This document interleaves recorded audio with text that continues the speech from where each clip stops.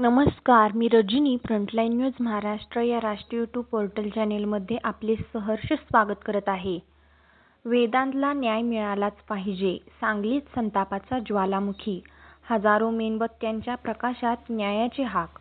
अवघ्या 14 वर्षीय वेदांत बनकरच्या निर्घृण हत्येने हादरलेल्या सांगलीत सोमवारी संताप, दुःख आणि न्यायाची मागणी यांचा संगम पाहायला मिळाला.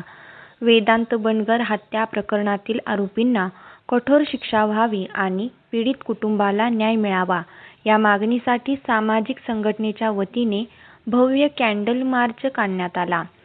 सांगली मिरज रोडवरील शहीद अशोक कामटे चौकातून सुरू झालेला हा कॅन्डल मार्च विश्रामबाग येथील क्रांतिसिंह नाना पाटील यांच्या पुतळ्यापर्यंत काढण्यात आला. हातात मेणबत्त्या आणि मनात वेदांतसाठी न्यायाची भावना घेऊन नागरिक मोठ्या संख्येने सहभागी झाले होते. या मार्चमध्ये वेदांतच्या कुटुंबियांसह विविध राजकीय पक्षांचे पदाधिकारी, सामाजिक कार्यकर्ते, युवक आणि नागरिक सहभागी झाले. वेदांतला न्याय द्या, दोषींना कठोर शिक्षा करा अशा घोषणांनी परिसर दणाणून गेला. मार्च दरम्यान अनेकांच्या डोळ्यात अश्रू तर मनात संताप दिसून येत होता.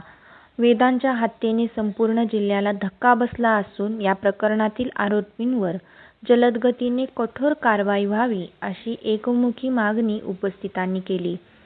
कॅन्डल मार्चच्या माध्यमातून वेदांतला भावपूर्ण श्रद्धांजली अर्पण करण्यात आली. न्यायासाठी समाज एकवटल्याचे चित्र यावेळी पाहायला मिळाले. दरम्यान या प्रकरणातील तपास आणि पुढील कारवाईकडे संपूर्ण जिल्ह्याचे लक्ष लागून राहिले आहे.